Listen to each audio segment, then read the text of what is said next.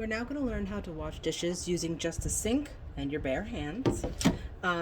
What you want to do when you first get into your kitchen at school is take the basin, and each kitchen has one, and fill it with hot soapy water. You want hot soapy water because it's going to help cut any grease really, really well. When it comes to how hot the water should be, it should be as hot as you yourself can handle it. You don't want it to be so hot that you burn yourself, but you do want it to be hot enough to cut through the grease. So as you are cooking in the kitchen and you dirty things, you're going to throw your dirty dishes, or gently place them, into your soapy basin. You can see some of these. A good example here of what I'm going to talk about is the inside of the bowl is clean, but the outside is quite dirty. So we're going to talk about that momentarily. The next thing you want to do is get your sponge. It has a rough side and a soft side.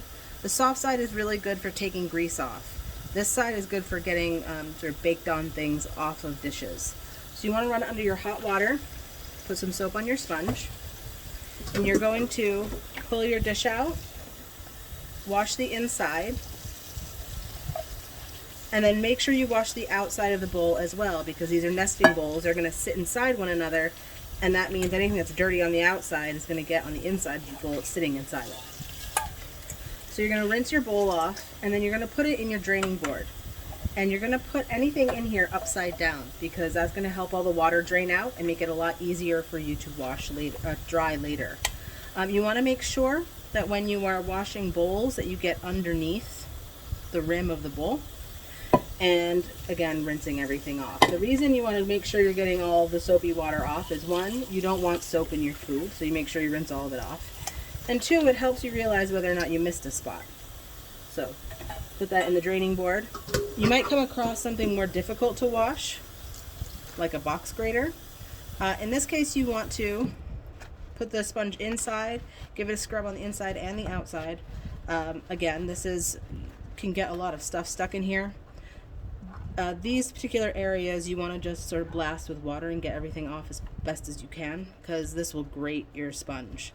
When you're using the bigger open side of the box grater, on the outside you just want to grate with the grain, so that way it's not grating your sponge. So make sure you're rinsing that off really well. If you've been grating cheese or cabbage or whatever, you want to make sure there's no debris left inside or outside on that particular piece of equipment. Another item that's tricky to wash is a whisk.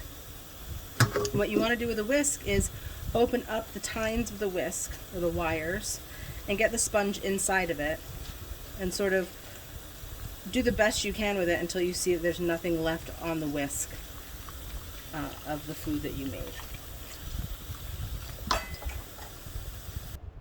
Once you're all done washing your dishes, you're going to take your sponge and put it in the sponge holder that's located on the side of your sink. You're then going to dump out all of your water and let that drain out while you dry your dishes.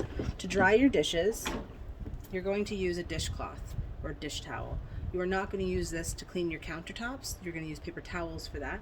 But for this, we're going to make sure all of our dishes are dry before we put them away, inside and out. So get around the edge, get inside the bowl, and then with any nesting bowls, you're going to stack them up together and put them back where they live.